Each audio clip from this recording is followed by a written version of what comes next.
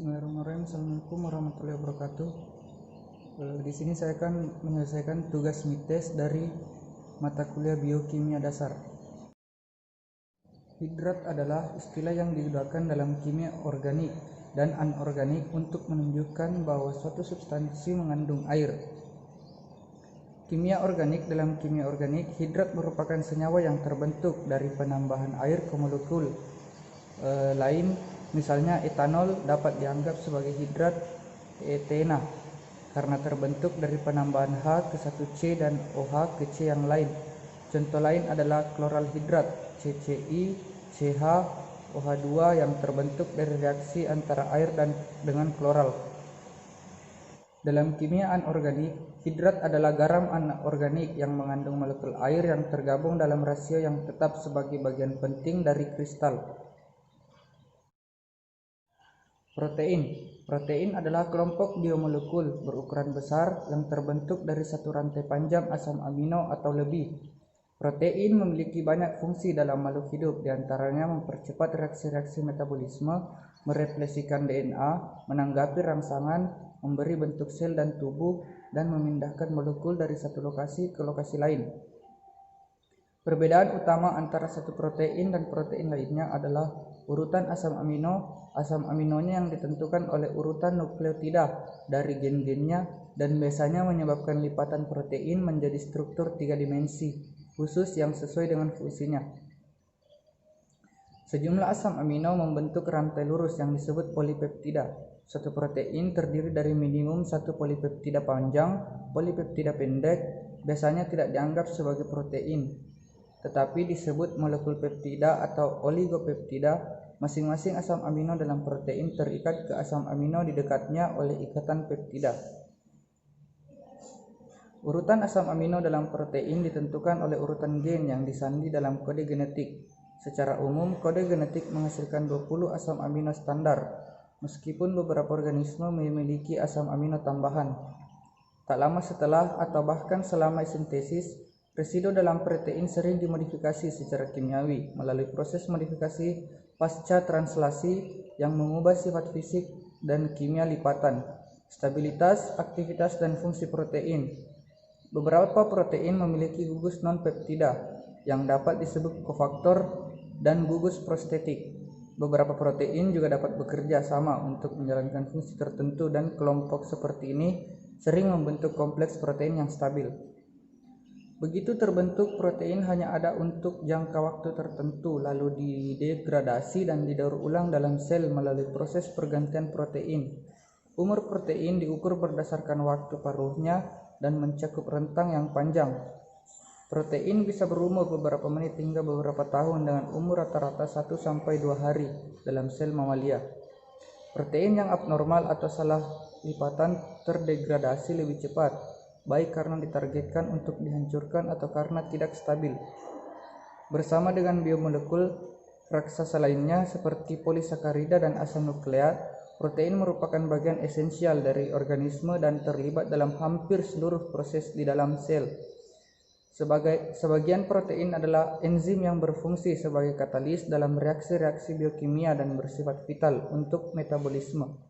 Sebagian protein memiliki fungsi pembentuk atau penguat, misalnya protein aktin dan miosin dalam otot dan protein-protein dalam sitoskeleton. Protein-protein lainnya memiliki peran penting dalam persinyalan sel, respon imun, adesi sel, dan siklus sel.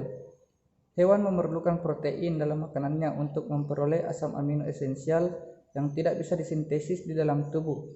Sistem pencernaan memecah protein dari makanan untuk dapat digunakan dalam metabolisme.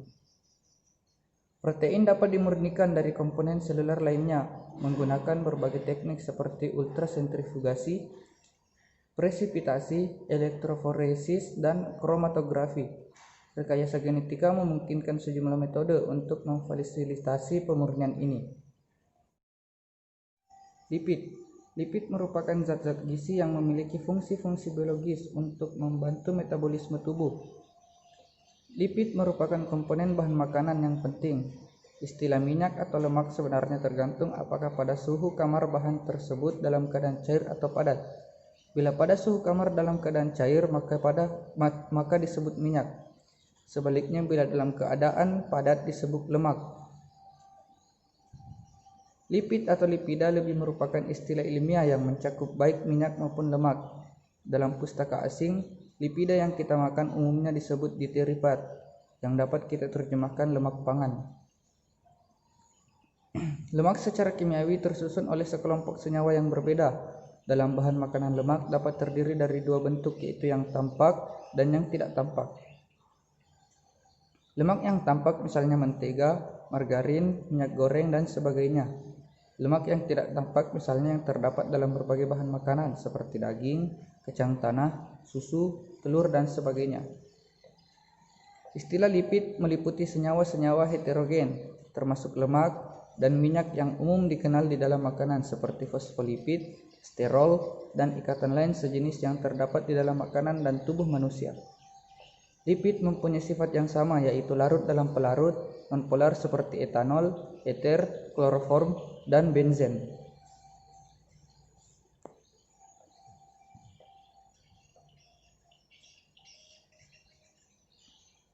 Karakteristik lipid.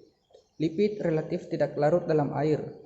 Mereka larut dalam pelarut nonpolar seperti eter, kloroform, dan metanol. Lipid memiliki kandungan energi tinggi dan di metabolisme untuk melepaskan kalori. Lipid juga bertindak sebagai isolator listrik, mereka melindungi akson saraf. Lemak mengandung asam lemak jenuh, mereka solid pada suhu kamar, contoh lemak hewan. Lemak tumbuhan tak jenuh dan cair pada suhu kamar. Lemak murni tidak berwarna, mereka memiliki rasa yang sangat hambar. Lemak yang sedikit larut dalam air dan karenanya dijelaskan adalah zat hidrofobik.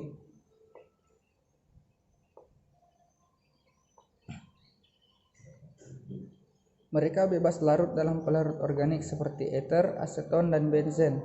Titik leleh lemak tergantung pada panjang rantai asam lemak penyusun dan tingkat jenuh isomerisme geometris. Kehadiran ikatan rangkap dalam asam lemak tak jenuh dari molekul lipid menghasilkan isomerisme geometris atau cis trans.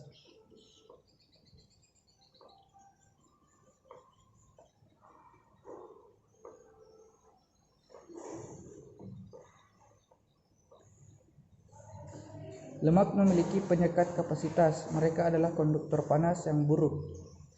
Emulsifikasi adalah proses di mana massa lipid dikonversi ke jumlah tetesan lipid kecil. Proses emulsifikasi terjadi sebelum lemak dapat diserap oleh dinding usus.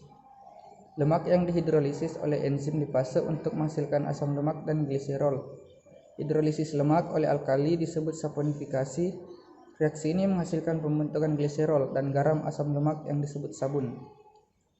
Ketengikan hidrolitik disebabkan oleh pertumbuhan mikroorganisme yang mengeluarkan seperti enzim lipase ini, membagi lemak menjadi gliserol dan asam lemak bebas. Mungkin itu saja pemaparan materi dari hidrat, protein, dan lipid. Lebih dan kurangnya mohon dimaafkan. Wabillahi taufiq wal hidayah. Wassalamualaikum warahmatullahi wabarakatuh.